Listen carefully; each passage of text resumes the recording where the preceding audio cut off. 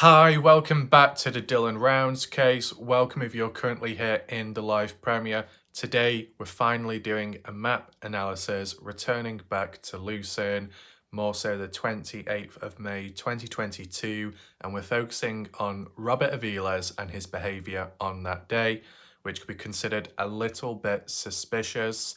Try and make sense of it, see if it could possibly tie in with the Dylan Rounds case, okay? We got a couple of timestamps as well to demonstrate to you. Shout out to Weezer in recent time for her, sharing us information and some additional stuff. We'll probably also look back at that comment of Weezer's to set the story clear and then transition on to the maps today, okay? We can also catch up with the comments of the last Dylan Rounds video I did, answer any questions, see if there's any additional interesting information, and go from there to allow people to join on in, etc. Now, throughout this video, feel free to share your thoughts, opinions, reactions in the live chat on the right hand side of the screen. This is a live premiere. Anything else? Shout out to Maria last night for her super chat. It's very good of her. I guess recently we've done some different styles of videos, so it's good that people still came along and watched the videos when they can. That's all good. Last night, UFOs. You want to see more about that, you want to catch up on the latest videos, make sure to check back on my channel. We'll do some recent videos. I provided a link down below as well to the last one. As well, some additional links if you wish to check them out. All in all though, kind of, just had a little break from the Dylan Rounds case. Not that there was breaking news put off, there wasn't. Brenner's court case being delayed. Just heard about that recently. There wasn't really much for me to add on with that at that time, so it didn't need to be like rehashed. But you look at the right places. It's presented like Glorindellum, because she went down there. She said it only lasted for about 2 minutes. Said the attorney or someone said they've got too much on their hands, too much to deal with, which supposedly is to do with Brenner. A lot going on. What does that mean? A lot going on, i.e. there's a lot of charges on Brenner, both in the Dylan Rounds case and outside of it. So there's a lot to juggle around with. Any other background stuff going on? Who knows? But yeah, just in brief, delayed till October the 2nd, 2023. Okay. Now, with it being delayed to October the 2nd, that's the same date the court appearance for Brian Koberger in the Idaho 4 case, which is a little interesting, right? As for Chase Venstra, don't know about that court case, if it's happened yet or not. I know Corey said the 12th, but people said that's on a Saturday, just gone, so it wouldn't work. So I don't know if it's coming up anytime soon or if that's been delayed as well, but nothing would surprise me.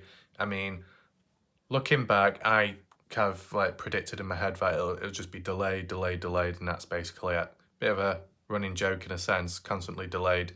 You think back to when one of the first ones supposed to be underway, I think, may have been September of 2022, maybe a bit earlier before that, and just getting pushed back until 2023 and likely pushed back into 2024, right? And it's just going to keep happening and happening. All I say basically, although it's been delayed over and over again, the fact that Dylan Rounds has not been found yet, that's the main factor you got to take in mind and highlight. There'll be other times, other cases where people have the correct evidence, they've got the remains, they've got everything, and they're just waiting all on that court case with the suspect, the one guilty, right? That's the only thing that's left to do. In the Dylan Rounds case, that isn't the case. In this case with Dylan Rounds, Dylan still has to be found and maybe possible additional evidence out there. So with the court case being delayed, postponed, on and on and on, maybe to the viewers that are looking for the newest of information are being put on hold, right? And it's annoying. As for the family, I'm sure they find it annoying too. Like Kenneth Cooley saying how there's more rights Brenner has than anybody else. It's not right. It's just the way the system is. Yeah. It's all bad. But are you waiting every second of the day for that court case to come? Maybe, but at the same time, you shouldn't feel like you have to be in that situation of counting down the days till the next court case and then being disappointed, because the focus should be elsewhere, i.e. finding Dylan Rounds and additional evidence, because it's not been found yet. If you were in a situation where you found everything, then yes, you would be waiting on the court case and it would be more annoying. But as a distraction, there are still other things to do, right, in between. So there is that.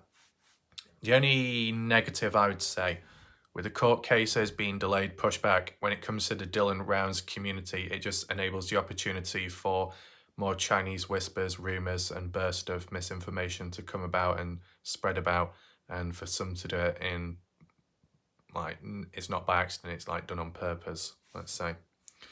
I mean, that's happened throughout time, but every now and then you've had an interview from Candice Cooley, Justin Rounds, East Idaho News or elsewhere, right? It's followed with that. But during these long spells of silence, it's left to and open to interpretation from the general public. And you know how that goes, right? In some areas, it proves maybe certain aspects of the documentary where it paints people in a negative light. Not everyone, but a couple out there, right? So there's positives and negatives to take from it, okay? Still, some coverage on Dylan Rounds. You had the documentary recently. That was something new-ish, whether people like it or not. It's talking about some things, open up new discussions, new red flags, which I've never really heard of before. Some of the red flags, not exactly extreme or breaking news, but enough to make you question and think, that's interesting, which has never been talked about before in like the East Idaho News interviews or Doug's interviews. So it makes you think, why now? There's that. But as for today's video, whilst a few of those things are discussed, we're focusing on a different area and more on the maps, probably a bit more detailed this time compared to some of the previous ones. As said, when you're doing the maps, there's only so much you can look at and cover over again. You gotta take that into consideration. As a little random heads up, as for last night, I did do a live stream test, an actual video, an actual live stream on YouTube. Not a live premiere, but an actual live stream. Just a test one. I only had limited battery, so I was just recording for as long as I could until the phone died. As for, I guess, operating it, first attempt, successful. Simple as. Comments showing up on the screen, which is perfect, because I was always thinking, how would you see the comments, right? How would you see the comments if you've only got one device, one screen?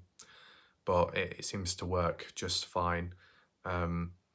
Really, the last remaining issue would be, I guess, timing. That's pretty much it, timing. I mean, the time I'm making this video now is perfect. But when the video goes live in the live premiere, it's when I'm sat down, like settling back. You get what I'm saying? Not active in the mind, just sat back, relaxing, because it's nighttime. So by doing a full-on active video so late on in the day, is it healthy for me? Sure, I could try lives during the day, but how many people are going to watch? Because I know time zone difference is going to be messed up.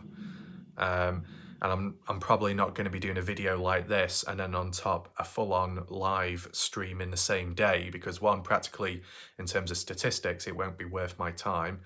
Two, YouTube will probably not approve of it either, as you know. And three, it'll be an overload. I can understand people that may watch a select few videos, right? And if there's too many in the same day, not everyone will be able to watch them all, in one go. Because I might have other areas and places to be as well, videos to see elsewhere, because as you know, it's like a circuit, a certain community, true crime, you look at this video, and you go here, you go there. Some people like Indiana can do like multitask, two at once. She can fit Mabel's face on a table, just one, but she doesn't have the ability to be able to look at multiple different live videos at a certain time. Have I done it? Very brief, very, very brief. I prefer just to focus on one video at a time, and I'm sure other people do. So I understand that. I guess as for the polls, the timing of live video premieres is just right, just fine. No issues with that. I mean, I used to do it at 2100 hours, now I'm doing it at 2120. Is there much of a difference?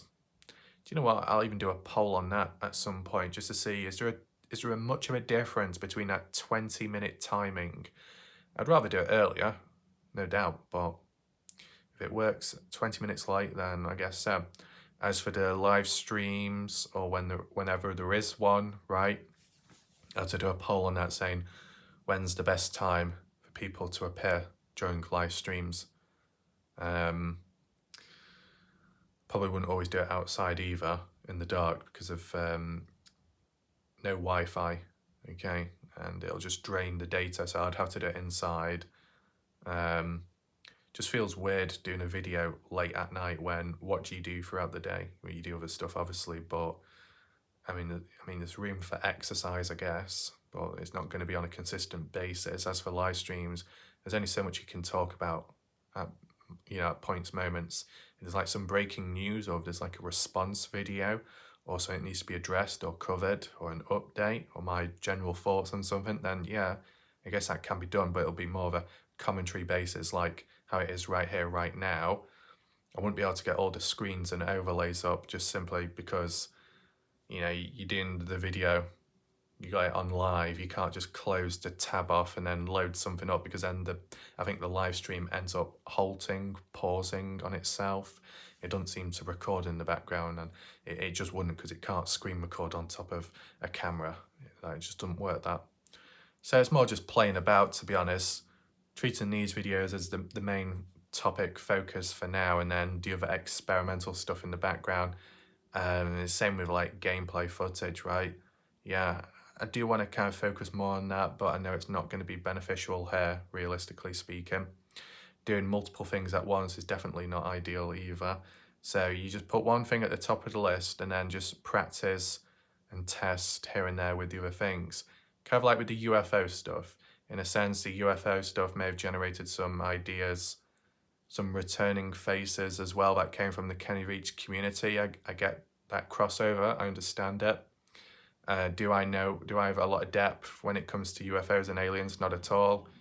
But that's why sometimes I stick with the articles, so I'm not just completely blabbering on, right? There's a bit of a linear format to follow, right? And then I can add my thoughts on it additionally. I think that's just a format I do with like anything these days, especially when you're looking at something for the first time or stuff you're not quite familiar with, just to guide you along the way. Just like Idaho 4, those news articles, updates there. Dylan Rounds, hardly. One, because there's really no news articles, not often really. And as well, because I kind of understand and get the picture of the case. I can recall it with my memory, or at least from what I've heard and what I've been told, right? And with having the additional material like Google Earth, which will be presenting today, that can tell its own story, right? I mean, it would be good, it would have been great if on Google Earth there was some kind of UFO tracker or something like that. Or maybe if you're on the maps, you could zoom on in and then secretly find a UFO wreckage, that type of stuff. I know like doing a video or a live stream outside looking at the sky would be like another method, just narrating over it. But then again, it's that time issue. You're going to do a video for an hour to 2 hours and then it's straight to bed, where it's just kind of like messed up because it's so on the spot, right? And so late at night. And as well, as for the video quality, when I was using the torch last night, it didn't seem to show that clear. But then again, it might be the quality of the streaming, right? When you do live streams, the quality tends to be a bit lower. That's just because of like the download and the data usage, which I do understand. You probably could change it, but is it practical? I don't know. Maybe use a torch next time. If I do a live stream tonight or another day, it'd probably be just like another short test one, maybe talking about a bit more relevant stuff. Could do it like a Dylan Rounds test video or something. But then again, do you have to start notifying everyone? This is what I mean. It's okay doing the videos, recording, editing, but then it's like, because YouTube are incompetent YouTube don't always tell people when a video is coming or when it's now available. So sometimes, or quite often, I have to mention, tag people and all of that. And because you got to, well, at least I have to, you've got to do it manually, type it all out over and over again every single day. Whew. Yeah, it's just all these tiny little bits. It all adds up, right? I mean, I have been tempted at times to do a video, an important one, right? Title it, thumbnail as usual, but not mention much in the description. Not use any hashtags, not use any tags, not use any mentions, and see how the video performs. When I did Kenny Veach, yes, I used hashtags, but there wasn't as many to do because it was just simply Kenny Veach, name of the place, country, and that was about it. But with true crime, there's more tags and filters. Did it really make much of a difference? I really have no clue. It feels like you're doing the right thing, but I don't think it really matters, to be honest. I don't think so.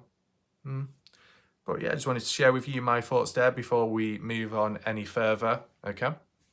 So just to kick things off, we catch up with the comments, then go on from there, okay? I'm just going to adjust it to the newest, and we're going to start from the bottom, not too many to get through. Video limited, of course it was. What else was limited? That gameplay one from yesterday. So I uploaded the UFO video. It wasn't limited by YouTube, even though it was about controversial stuff and it was about aliens and US government and conspiracies, you know, that stuff. And yeah, it was approved. It was accepted. And then the next video I uploaded, because it was in the same night, gameplay, nothing wrong there, completely different topic, that was limited. It's very hit and miss, okay? The more videos you upload in a day, the more likely at least one of them will be limited, right? I mean, aside from that, my luck has been almost every video limited every single day for many months. What are the responses then? I don't get absolute clown world. Yeehaw, you are, is another name for God. It comes from the Bible, and I believe Orthodox Jews believe it to be his proper name. People have to be reporting the videos. They're just doing it because people on your channel and not theirs. But it's the thing. If that really was the case, what type of videos? Is there a pattern there? Like, if there was a theme of video, Dylan Round's case, and every single one was restricted, limited, or something happened in some way, just like with the chat freezing on itself, just like people being kicked off the live premiere and all kinds of technical issues. Is that being done to disrupt, to push warlike Wrath away from covering the case? I don't think so, because any video I upload is susceptible to being restricted in some way or another, regardless of the theme or topic, right?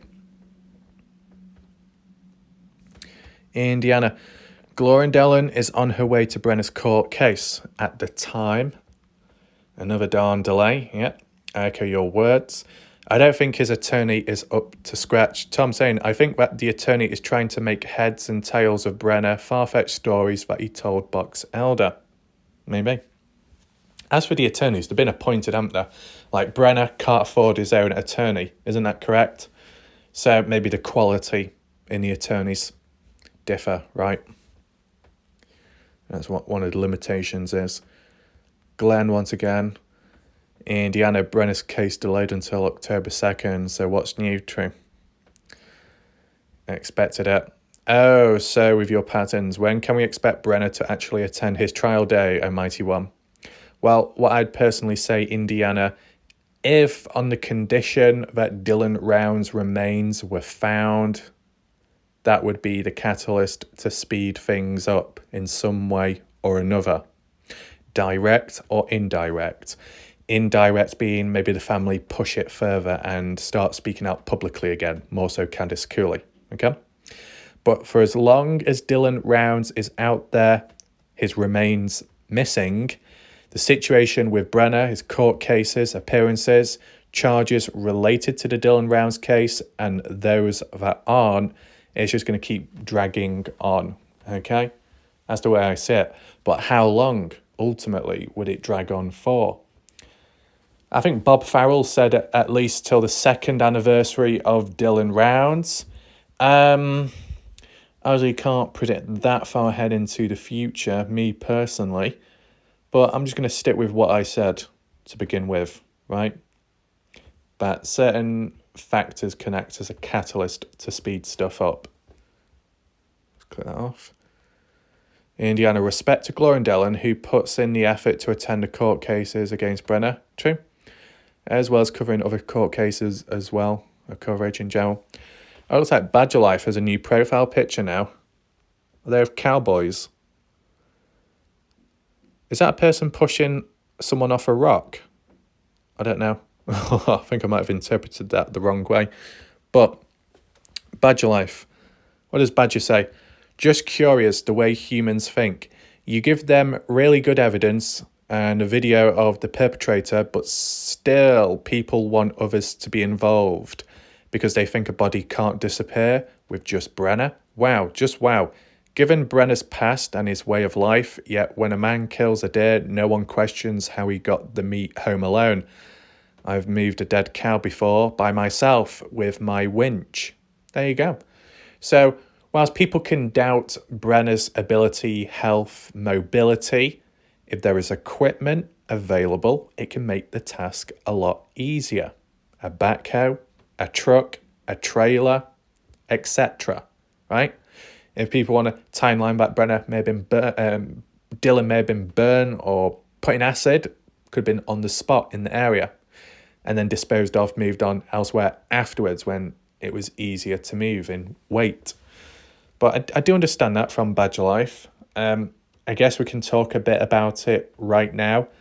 You can share your thoughts in the comment section as well, right? Obviously, there'll still be people out there that think it was somebody else that killed Dillon, such as Chase Venstra or another person.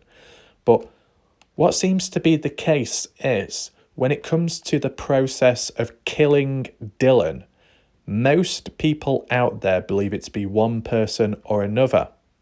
When it comes to the assistance of another individual responsible, most people tend to apply that when, during the disposing of Dillon rounds. Okay? So, if quite a few people out there strongly feel that all it takes is just one person to murder Dillon rounds, maybe physically, let's just say, to manhandle Dillon too, then I'm sure they're quite capable of also disposing of Dillon if they were able to kill Dillon in the first place. Does that make sense? I mean, you think about it, Brenner having Dillon's blood upon him, as that video footage shows on the 28th, the 27-second clip. So even if it was just simply dragging Dillon across the floor, Brenner was able to do that, right? Hence the blood upon him. I mean, in other ways, could have got into a bit of a scuffle, a fight, close combat. Dillon may have got shot, but also gave up a fight or something like that. I mean, being close to each other, the blood may have smeared onto Brenner in different ways. But at the end of the day, when you look at it, and I'm sure there's cowardly ways such as shooting someone in the back or using a firearm outright, which doesn't require as much effort. If you just put that aside, Justin Rounds himself in the documentary said he feels that Brenner may have knocked Dillon out. And when Dillon tried getting back up, then Brenner finished him off. That's more physical, right? Melee, hand-to-hand combat. What I'm saying is, if it is more so Brenner, which it does aim in that direction, if Brenner is capable of killing Dillon rounds, and I'm sure Brenner is capable of disposing of Dillon rounds too, if a not so mobile, in quotes, disabled old man who's a drunkard could take out Dillon rounds, what does that say? You get what I'm saying? There's different ways of looking at it. You could say that Brenner's handicapped at the fact that he may have had a firearm with him at the time, so it made the job easier. Or you could argue and say, because Brenner was disadvantaged because of his age, his ability, his height, his weight, and mobility overall, the odds were against him, against Dillon, who's stronger, more youthful, more energy, more alert. Depends which way you look at it, but I can understand what Badger is referring to here. And the bit about you give someone good evidence and people are still not pleased at the end of it, that people will always question it regardless. There's no hope, right? Lost cause type situation. And that's what I've experienced with the Kenny Veach case. So it's the same here. I mean, whether it's to do with people in the community acting like tosspots, and you prove it with evidence, and then their little delusional slaves, followers, masters, end up saying, nope, don't believe it. You keep pushing it, and they say, don't believe it.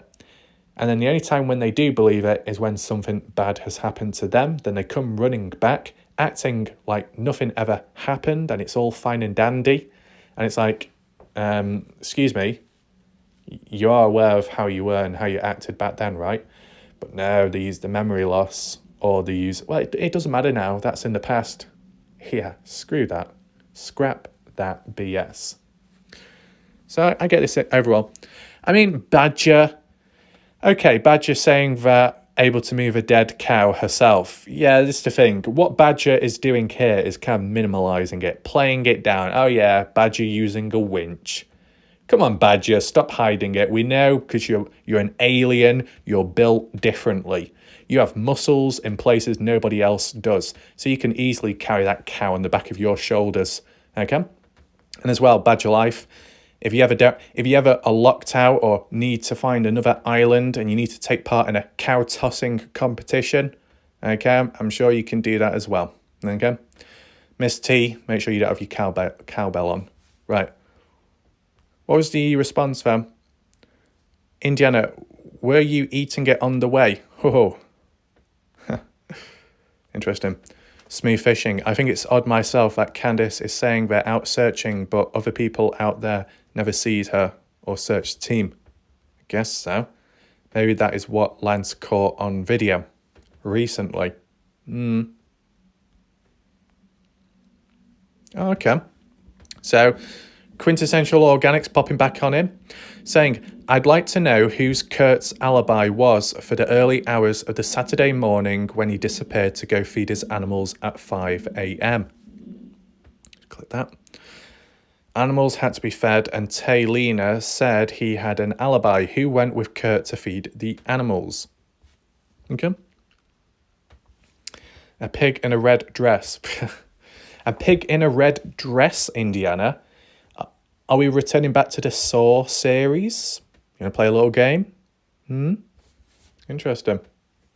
I wonder where Amanda is. Amanda! Where are you at?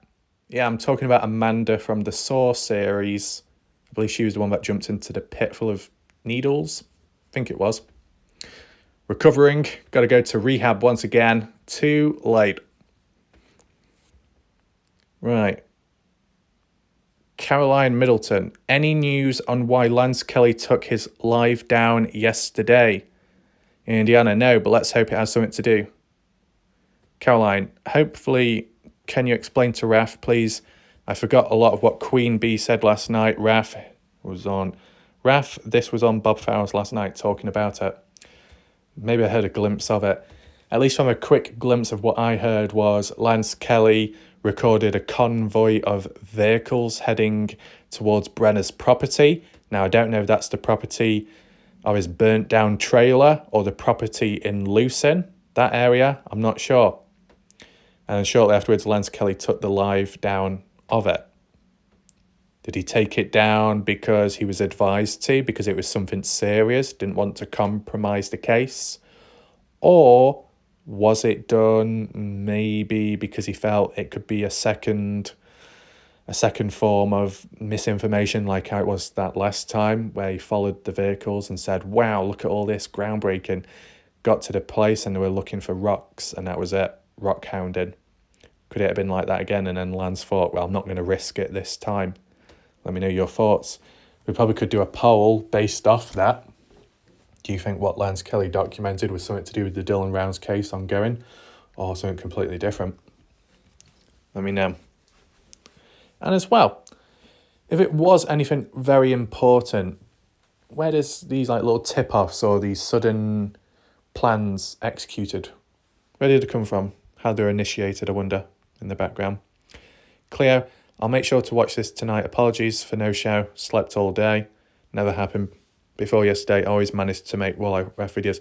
And also Cleo, I don't know what you're doing, Cleo, with that alternative account of Sapphire. I mean, you know, the Sapphire account has the video edit of me. You've got a video edit of me because you asked to do that in the first place. So there's a bit of a crossover there. And the first time I came across the Sapphire account unaware, it was you, and then said to you afterwards that, oh, Cleo, I see you've got another account. And then you, Cleo, directly said, so? Yeah, I thought I already told you this, Warlight Ref. And then I responded back saying, no, you never mentioned it before. But then you got a little bit defensive. So just a brief question, Cleo. Are your different accounts different personalities of you? Is that what it resembles? Anyway, we move on. Right, so that's it for the comments here. Yeah. So let's get on to the main part of this video. So the order of how this will go is I'll reread to you what Weezer said recently about Aviles and his behaviour on the 28th with some key details there, just to re-jog your memory and for those who may have not heard it before. Then we can transition and then apply it onto the maps, okay? And I did use markers and pre-existing ones. I'll just talk it through, give it a little brief key of what's what, right? And then go from there and see if we can reach a conclusion at the end. Of course, you can share your thoughts, opinions, reactions throughout in this video in the live chat box. As for anyone joining right now, watching now for the first time, welcome. Be sure to rewind back, catch up on this video, some interesting talk earlier on and some additional updates. As for anyone watching right here, right now, if you weren't aware, last night I did my first ever live stream test video. May think about doing that in the future, a few here and there. It's just really a timing issue, right? And time zone difference, but maybe things can work out eventually. So yeah, we're going to look at Weezer's comment first, then head on over to Google Earth, okay? I believe that the text on screen may be a bit hard to read, so I might have to zoom on in, but I will read it and you can listen along if you wish to. Scroll to the top about that. Weezer's comment about a day ago, well, longer than that now. I was a little arrow there to point out one of the key points. So Weezer at the time, apologies for taking so long to get this posted. Work has been hectic. So Weezer saying, I saw the black Subaru come into Montello at a high rate of speed on Saturday, 28th of May 2022, around 3:30 p.m. It came from the lucin direction. I say it corresponds with the last phone ping because of the drive time, and if it was Robert and Chase, they could have spent a little extra time at the pond. After Dylan disappeared, the black Subaru would go out in the desert around Montello at different times of the day and night. It didn't use headlights, but out there is enough moonlight to see without them. In the beginning, when I found out Chase could possibly be involved, I was busy taking care of my mom. I called a couple of people that I knew and trusted and asked them to go search my property. I have property in the Tona mountain range, and Chase had been staying there doing fencing work for me. There was a fully furnished trailer there, and Chase knew where the key to the gate was, even a hidden key present. I never got a confirmation of anyone searching there, so when my mom passed, I went there to check it myself. I also searched the mine shafts and caves in the vicinity of my property. I couldn't find anything that appeared to be fresh tracks, and I didn't see any disturbances. Okay. I guess that's a positive in a sense. No sign of disturbance, no sign or attempts made of concealing of Dylan rounds in that area. So I guess you could argue it ticks it off the list possibly. But as said, then the main focus is towards the top here. Main potential suspect now, or more so at the time, Robert Aviles. Robert Aviles being the owner of the black Subaru. Okay. Chase Venstra possibly being a passenger, but possibly having alibis elsewhere. But this is the thing, and there's some people out there that are strongly focused that Chase is the one responsible. But arguably there's more evidence which points Brenner as the guilty one, the one responsible. though Chase Venstre doesn't have a strong alibi, or as much of a strong alibi as Aviles doesn't compared to Chase. Because at least Chase was elsewhere, or supposedly was. Robert Aviles was passing through back and forth, so, and he was in a vehicle too. He would have had the opportunity to get from point A to point B in a certain length of time. The fact that Weezer here is saying that he was speeding, going fast, makes you wonder. Normally you go fast if, let's say, you're in a hurry, in a rush, or if you're escaping from something. Different ways of looking at it, right? You're saying that's around 3:30 p.m. Now, if I'm correct in saying, I probably did mark it out on the maps as well, that 3:30 p.m. Montello time is different to lucin time. So we will be addressing that when we get onto the maps. Anything else here to highlight? Well, it's just Weezer believing her thoughts, and only her thoughts, that it could correspond with the last phone ping of Dylan Rounds near Lucin Pond, right? You never know. There's only one way to find out. Let's head on over to the maps. You can see it does look arguably cluttered. We zoom on in there, the markers are kind of spread about. Main focus in the middle of the epicenter of it all. Some of the key timestamps to do with Dylan Round's phone, highlighted mainly in blue. And then the red marker being the final timestamp, the X, in the day of the 28th of May, 2022, Saturday, Memorial Day weekend. The orange highlighting where Chase Venstre was present at some point as well. Down here later on in the day, supposedly. And then over this way, the main focus of today, Robert Aviles. And I just put the marker here because he was coming through into Montello, so it makes sense to add the marker here. Obviously, he would have covered distance coming from the lucin side, wherever he was at, and passing through. I'd thought I'd put the marker here so then it's not as cluttered compared to what we're looking at. So I'm just wondering, is it possible to put the tripod on the ground, or more so on the top here, and then all I have to do is just drag the screen across. We'll see if it works. Okay, it's only noise, it's just like creaking of the wood. Okay, arguably you probably want it kind of flipped. Yeah, so do we need to do the time in the correct order? Probably. I think first of all, just as a little key to acknowledge before people do get confused, that Weezer's comment about it was 3:30 p.m. Montello time, Nevada, when Weezer witnessed Robert Aviles speeding through the area, passing through Montello. 3:30 p.m. is the equivalent of 4:30 p.m. lucin time. So basically 4:30 p.m. lucin time is 3:30 p.m. Montello time. So we're going to use the lucin time here for the comparison of the final phone ping of Dylan Rounds and see if it really does match up. Preferably, the key is to find and possibly conclude that the time of Robert Aviles passing through here is later in the day. And for this final phone ping to be earlier on in the day. And obviously, most of you will probably already be aware of that, right? But we need to go through this procedure accordingly, okay? So we zoom on out. We focus back down here, okay? In the morning time, exactly when, not quite sure, but Dylan Round's farm being there, as you can see, and you see the pond too. Dylan's camper. Dylan waking up at whatever time in the day, preferably early on, right? Before 6:50 a.m. Maybe about 5:30. Who knows? I'm not for certain. Okay. Take in mind the story. What I do tell is what I've heard over time. I understand Corey has suggested other things, stated that Dylan did not take grain truck to grain shed, etc., etc. But I just want to follow with the story I've heard for a long time, just to see if it matches up with Weezer's comment, okay? I want to see that first.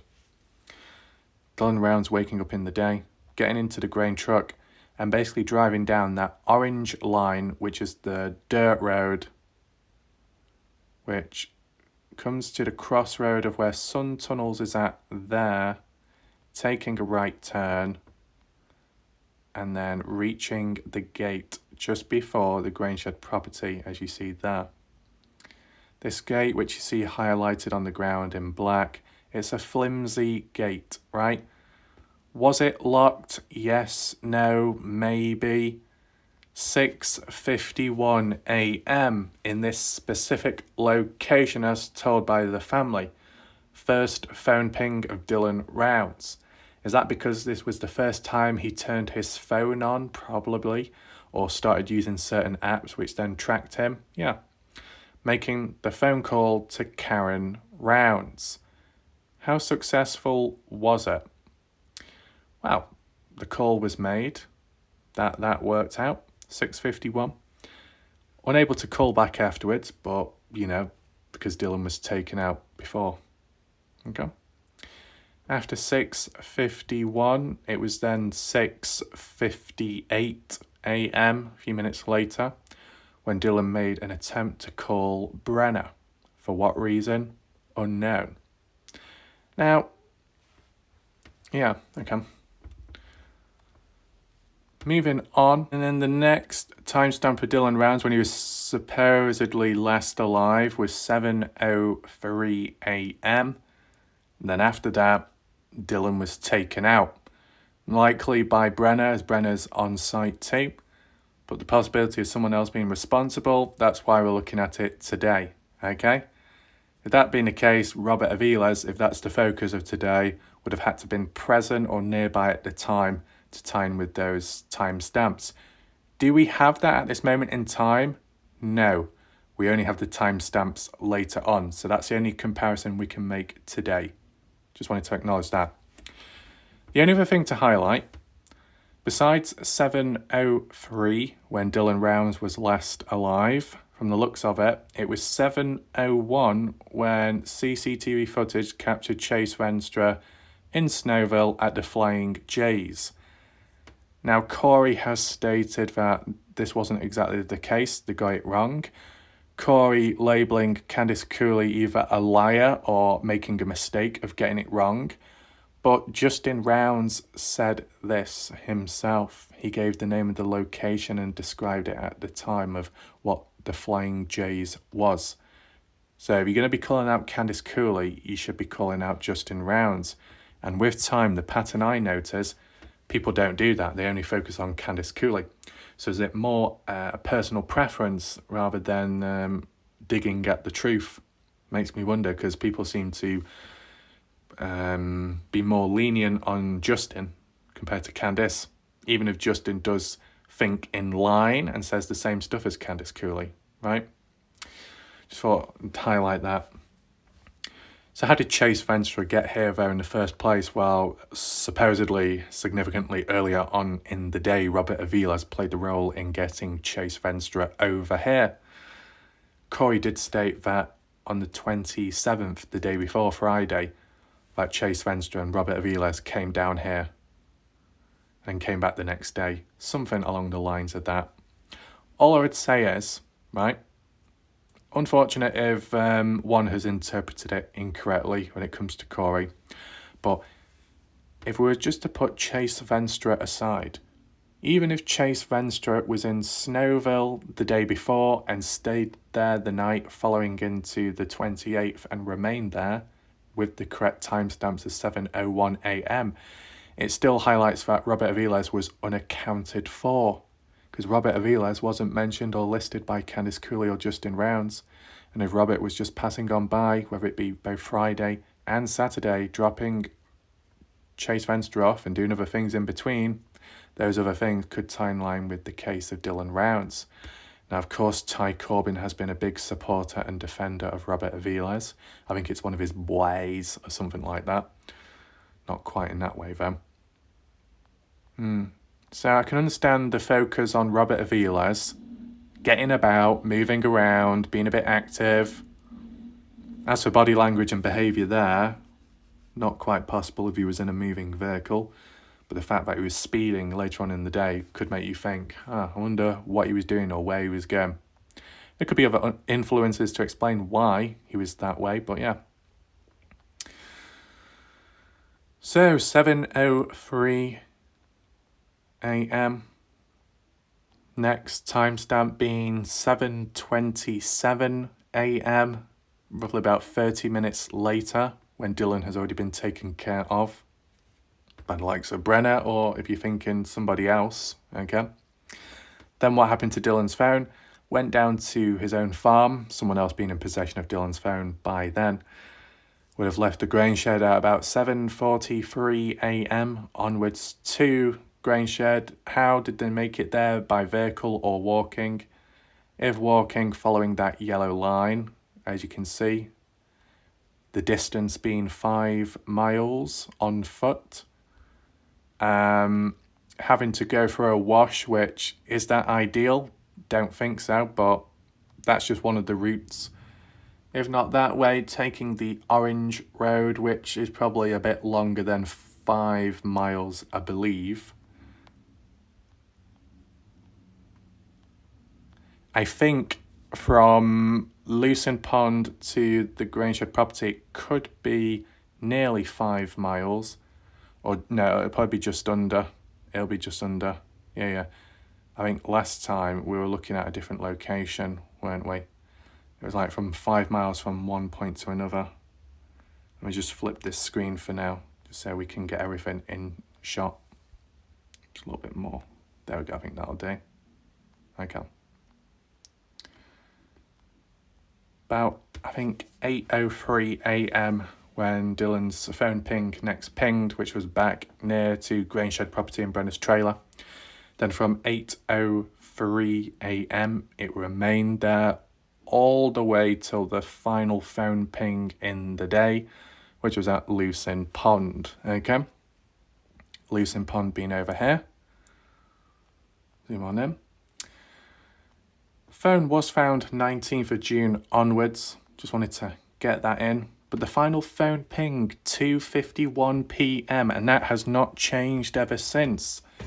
Though beforehand, before we heard about 2:51, the story that was told later, about 4:30 p.m, or round about then. Is there any possibilities? Well, there can't be any possibilities that Weezer has got that mixed up. If Weezer has seen Aviles at that specific time, 3:30, the equivalent of 4:30 p.m. in Lucin time, that's what she saw. If that really was the case, then Aviles couldn't be responsible. See, this is what we've got to look at, right? If it was roughly about 4:30 p.m. when the original supposed final timestamp, the final ping of Dylan's phone was, and Aviles was present near Montello at that same time, then obviously you can't be in two places at once. It just wouldn't be possible, right? But as time's gone on within the case, timestamps, phone ping times have changed.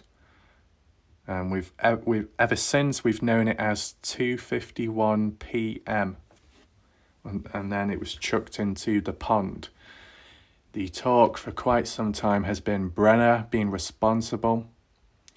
That Brenner, although spending most of the time at his property all throughout Friday and mostly Saturday supposedly, which doesn't seem to be the case now with what we've heard of the phone pings with time getting about on the day. Someone else would have had to be in possession of that phone to be moving about, right? But Brenner was supposed to be going to that barbecue with Don Hatley. Corey saying that Don's son, Robert Hatley, was visiting, coming round. Maybe that ties in line with the whole Memorial Day weekend barbecue. They're having their own little private one, get together. Don's son, whether it be introduced first time or not, simply hanging out with Brenner. All guys hanging out, talking and whatever. Is that when Brenna confessed, opened up to him?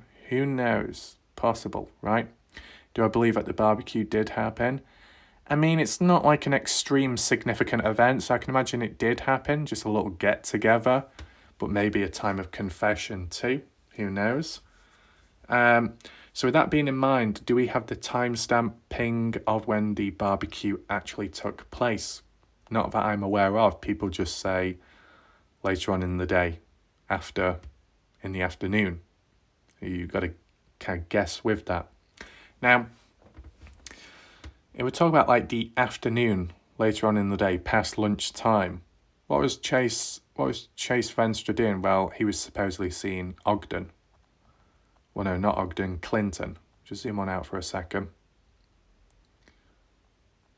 Clinton being down here, near to Clinton at a KFC, right? There you can argue from 7:01 a.m. up to, let's say, 12 o'clock. What was Chase Venstre doing in between those hours? And the same can apply as well when it came to Ogden, the area. 10:30 p.m. Chase Venstre, CCTV footage of him at Little Caesars Pizza. So from sometime in the afternoon all the way till 10:30 p.m, what was Chase Venstre doing in that time frame as well? Some big gaps enough to fill visiting other areas such as Lucin and elsewhere. But it's never really been fully mapped out or fully explained, so that's why we're interpreting and theorizing. It's okay to say someone's got an alibi, but if that alibi isn't concrete or it doesn't fill the entire day, then it's still open to questioning, right? It's kind of like when it comes to, who can we use as an example? Where's Lucin Airport? Here we go. When it comes to Ivor Zadovsky, there was that interview somewhere, I don't know if it was with Candice Cooley or somebody else, a brief interview with the Dylan Rounds case. Ivor Zadovsky said that at the time he was not within the area. It was like 3 days ago he went elsewhere, or he was elsewhere for 3 days during the time of what happened to Dylan. So with Ivor being on a flying visit elsewhere, he couldn't have been two places at once. So he's ruled out, right? And because his alibi extends over multiple days being further afar, then it kind of clears his name. Does that make sense? Whereas when it comes to Chase Venstre being elsewhere, but the gaps in between not being filled in or explained, that's where you question, right? And then when it comes to Robert Aviles, there's many gaps there. Though there might, I feel likely there could be stories and people out there that will be able to fill it in the blank spots. So you're welcome to in the chat. Even if you are a nemesis of Warlike Wrath, but you just simply want to fill in the blank ends, set the record straight, feel free to do so in the live chat and /or the comment section, okay? It can help in some way or another. But I just wanted to highlight Chase as well, just to acknowledge. The thing is, though, if I'm correct in saying Chase Venstre doesn't drive, is that true? If he doesn't drive, then you would expect if Chase Venstre was to ever be in a certain spot, then he would have to be with someone too to get from point A to point B. If Robert Aviles was almost like Chase Venstre's personal taxi service on that day, if Robert Aviles plays a role in the Dylan Rounds case, you would think maybe Chase Venstre does as well, possibilities, tagging along. We've seen this tag team-like behaviour when it came to Brenna and Don Hatley. Maybe more so post Dylan's murder and disappearance, where they were hanging out, doing things, maybe a fishing trip as well in between, etc., etc. So, we've got the final phone ping over there, 2:51 p.m. Dylan's final phone ping before it was chucked into the pond.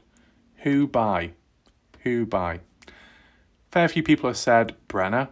Candice Cooley, Justin Rounds strongly believe it's Brenna because they were highlighting that Brenna going over to Don Hatley's for the barbecue, it follows in the same direction, okay?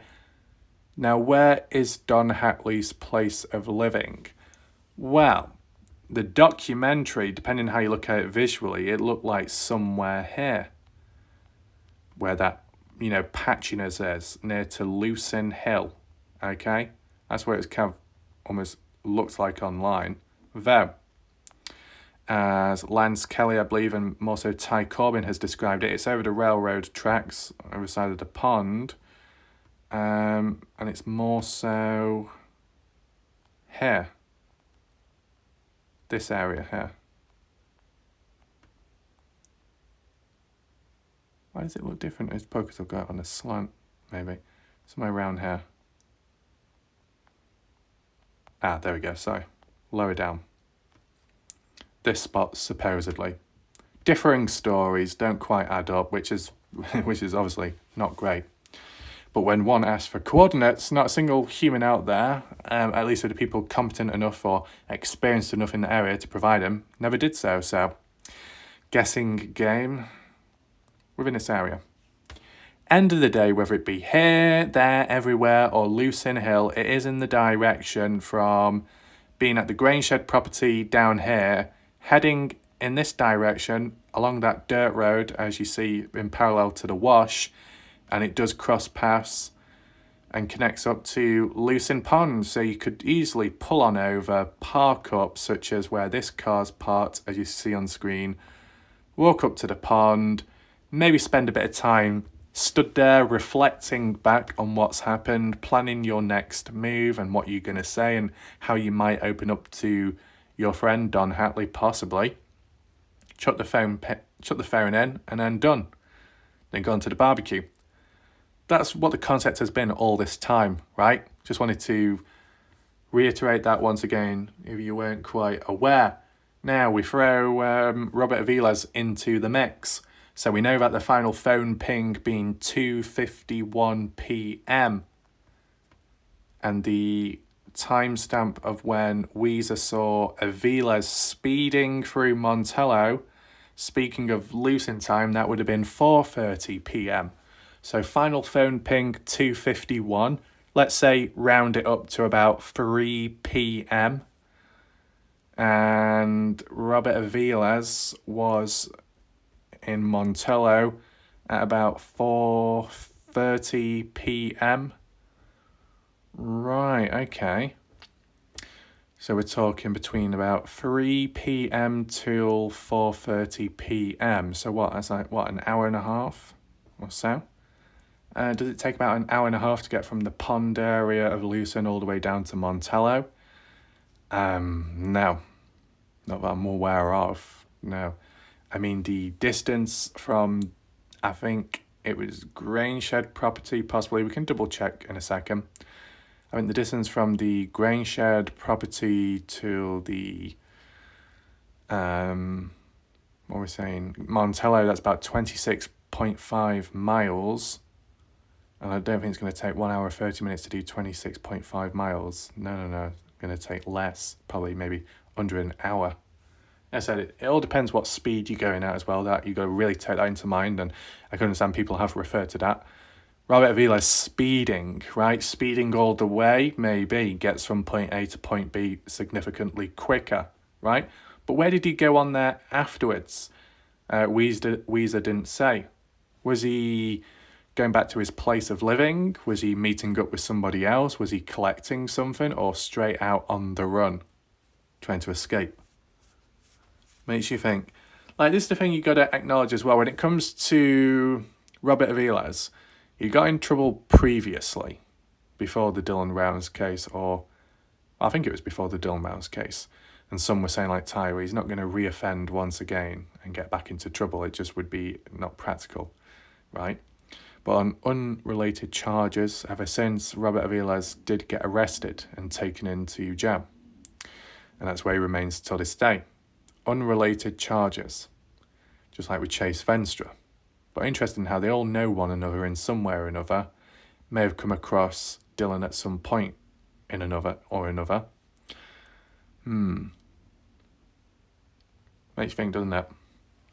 Just these little coincidences. You can't help people being a little bit wary and suspicious of possibilities, right? I mean, let's check distance. What I would say is, if you used to suggest that Aviles got to the pond and was in possession of Dylan's phone, would that imply that Aviles must have been present at the time when Dylan was killed to get hold of that phone? Maybe.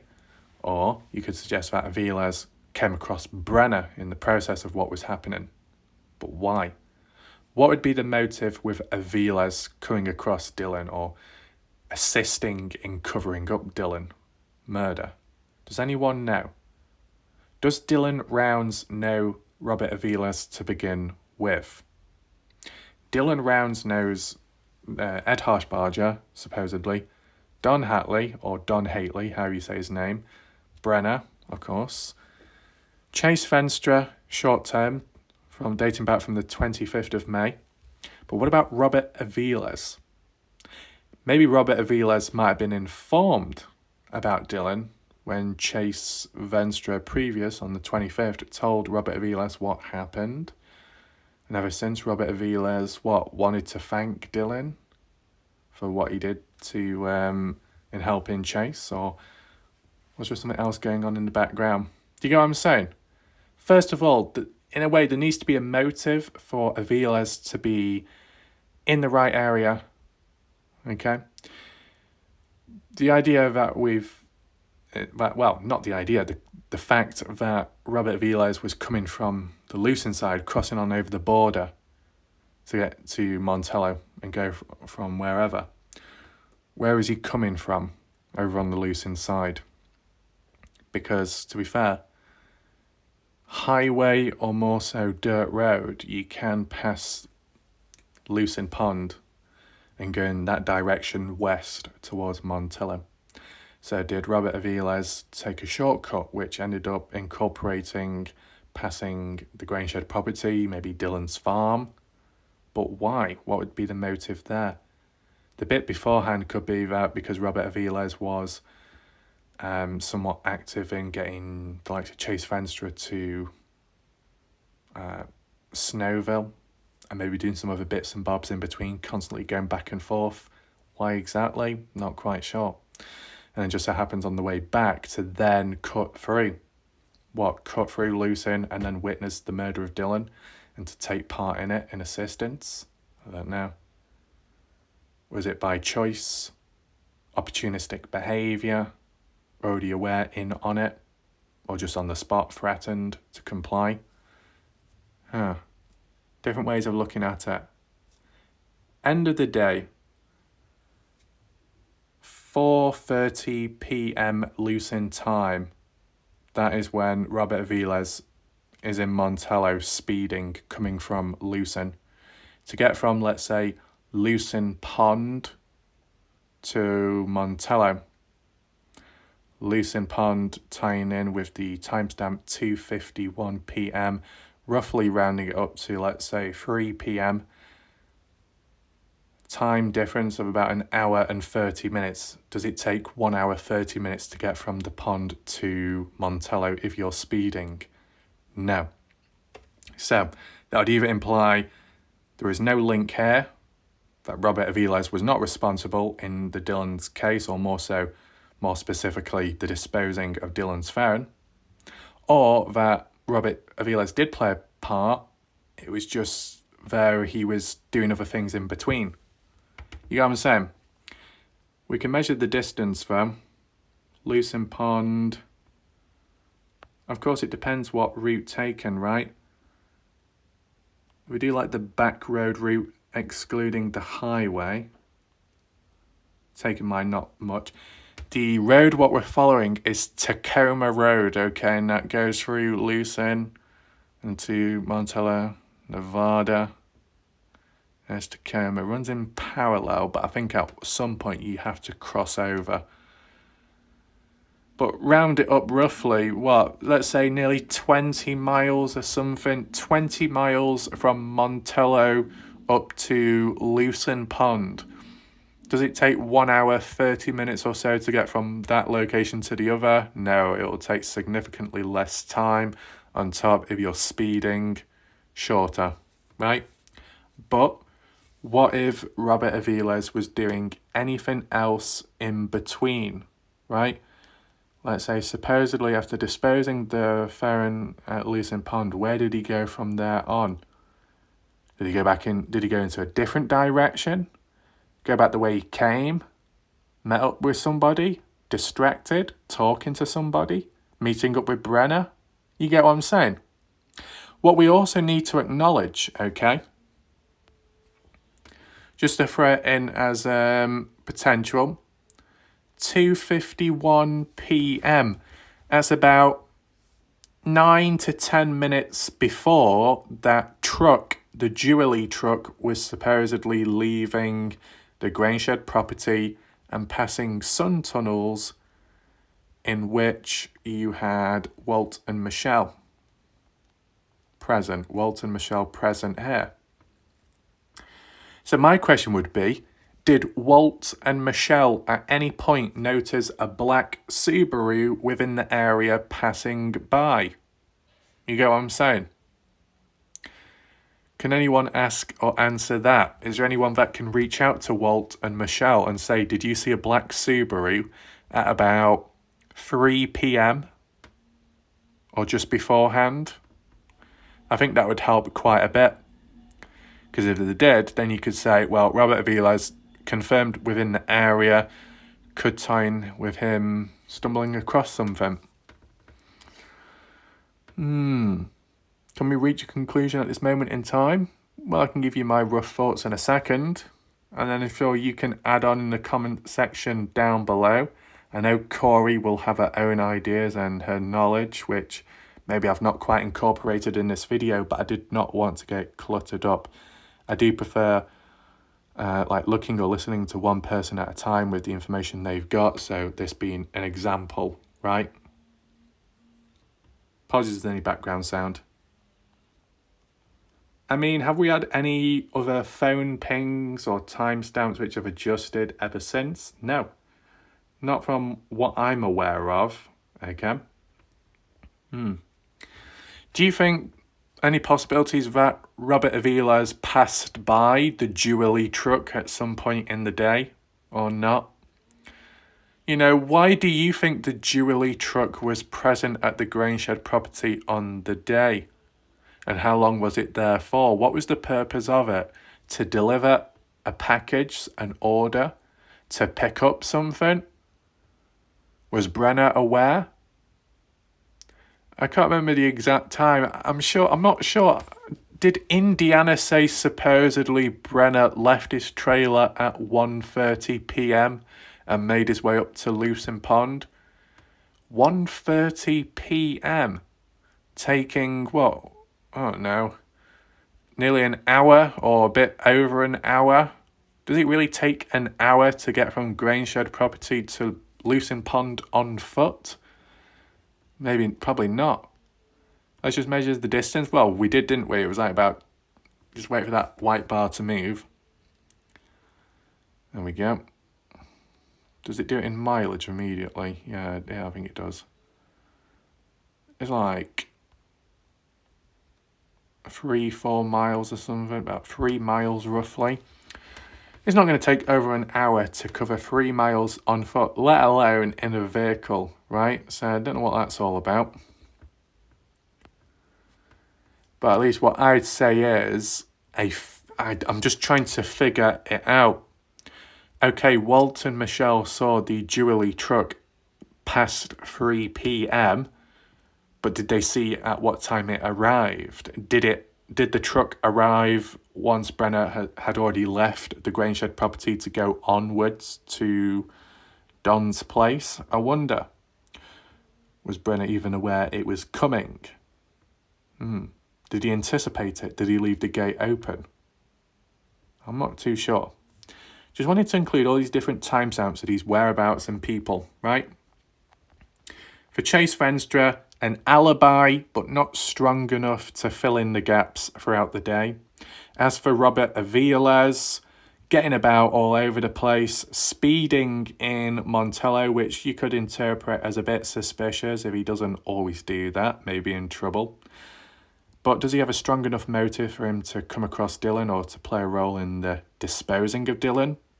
I don't know.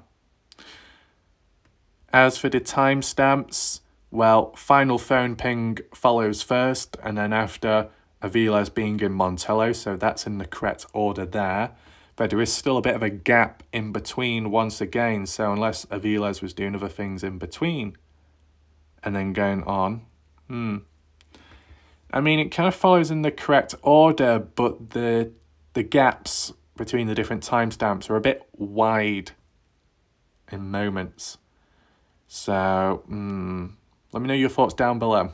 So my follow-on question for Weezer regarding all this would be, have you seen Robert Aviles speeding before from the lucin area? Has he been known to speed in general in the past, whatever it might be, whether he's in trouble or not? That'd be my first question. In general, is Robert Aviles known for speeding at times? Yes or no?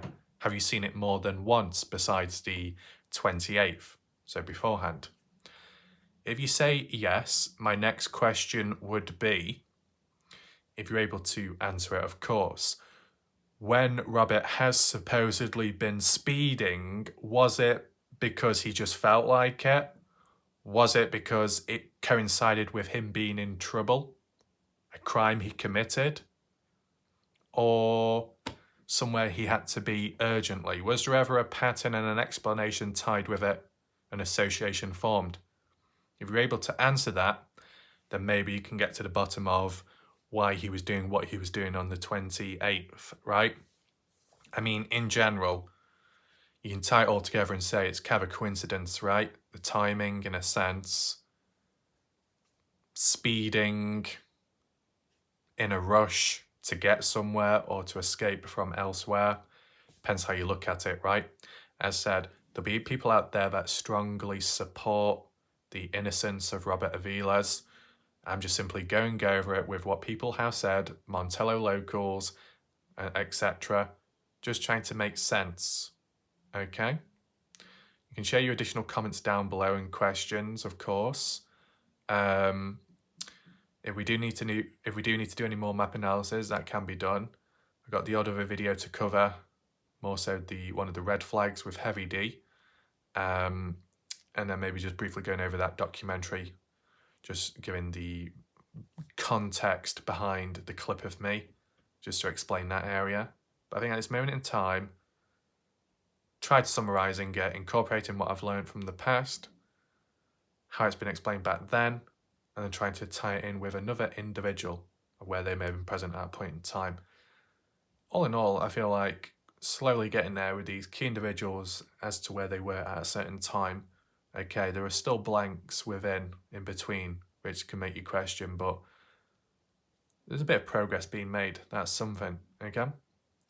All I do want to say is, and it's a bit of a prediction, so anybody watching right now, feel free to take notes or just be alert. For as long as the, let's say, Brenner's court case is delayed and pushed back on and on and on, more chances, more likely for rumours and talk and burst of supposed information to come about and may not really get anywhere. Some of it may turn out to be true, but does it lead to finding Dylan? No. So is it that relevant? Arguably not. That's what I feel, okay? Things can be done in between from now till whenever. A few interviews or a few talks with others. People can be praised, but does it really lead to much? Or we're just seeing repeats of the past just with different people conducting interviews? I wonder. Well, you can let me know down below, and feel free to check out previous videos I have covered on the case and other stuff in between. Okay? So hopefully you enjoyed the video. It made sense, you're able to follow it. I'll see you next time, but for now, goodbye and good night.